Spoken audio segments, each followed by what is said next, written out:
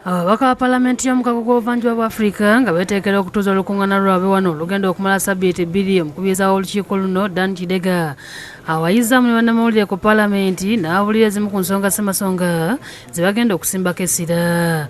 Zino kuliko ebbago lya mirundi 3 okuli erya East African Community Gender Equality and Development Bill 2016, erya Administration of East African Court of Justice Bill erya 2016 wamu n'erya East African Community Prohibition of Female Genital Mutilation Bill erya 2016 nga lino ligendereramu okomya okumala ebitundu by'abakazi ebyekyama.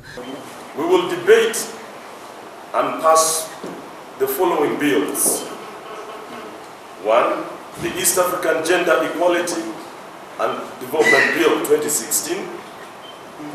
The Administration of East African Court of Justice Bill 2016. The East African Community Prohibition of Female Genital Mutilation Bill 2016. We will also receive and consider reports from the various committees of the Assembly, including the Committee on Communication, Trade and Investments, the Committee on Accounts, the Committee on Regional Affairs and Conflict Resolution, and the Committee on Legal Rules and Privileges. Mungeri emu Kidega alambuludde ebituukiddwako mu mukago ogw'okutunda ebintu mu mawanga gano ogwa Common Market Protocol guno gwatandikibwa mu mwaka gwa 2010. Bino mulimu okusaawa enkola ya e-passport mwe bakozesa passport mu mawanga g'abanywanyi, abantu okwetayiza mu mawanga g'abanywanyi b'omukago nga bakozesa density z'amawanga gaabwe n'ebirala.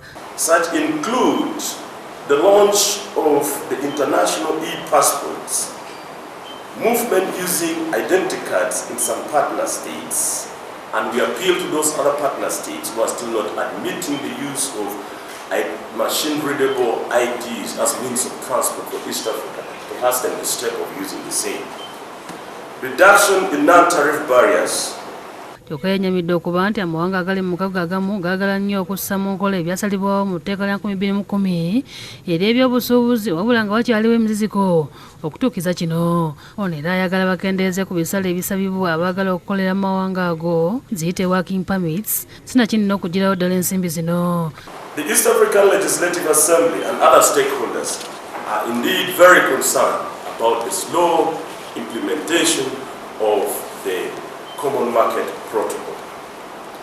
The demands for reduction or total abolition of work permit fees, the need for standardization when it comes to issues of the same permits, and smoother and easier movement of persons from one partner state to another. Bakwogera ne ku nsonga z'ensimbi z'amawanga ag'omukago omuli okusaawo n'obukiiko obunoonyeza ku ssente n'ebirala.